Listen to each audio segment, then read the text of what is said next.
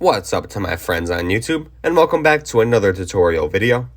Today I will be showing you how to create a repeating event on your calendar app inside of iPhone. And if you don't know what I'm talking about, if you use the calendar app a lot, sometimes it could be frustrating. Let's say you have a class that you do on Friday and it happens every single Friday. It can be kind of frustrating to continue to enter that in every single Friday and have to do it over and over again. But luckily there is this feature where you could just repeat it to have it on the same time every single Friday. That way you don't need to keep on repeating it every single time. And best of all, if you get out for summer or something in this class example, you could just disable it for the summer and then continue to enable it whenever you need. So I'm just creating a event as normal here. I'm just going to use go to the store as this an example, because usually you could do your store trips on Friday.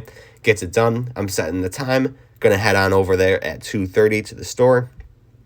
And if you scroll down a little bit further past that, right below time zone, it should be like the fourth option down, is a repeat button. And then you click on it, and it's going to come up with a bunch of different options for when you repeat. There's even a custom option if you want to just select a bunch of different dates. But I have this repeating for weekly, so it's going to repeat at the same exact time every single week. So for this example, I did set it on Friday, and as you'll see later on, it will be every single Friday. And then I also set the end repeat for May 22nd, so that will be the last time that it ever appears on my calendar, and then it will stop, and then you could just continue and recreate the event if you ever need it again in the future.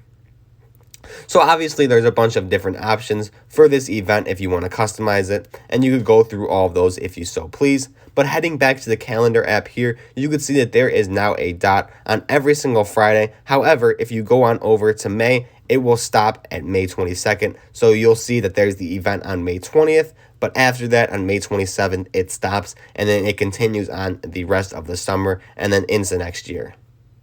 That's pretty much all there is to it, though, as far as creating a repeating event goes on your calendar app. If you did have any questions, though, drop it down below in the comment section, and I will be sure to help you out down there. Other than that, if you found this helpful today, like and subscribe if you haven't already. Thank you for watching, and I'll see you in the next video.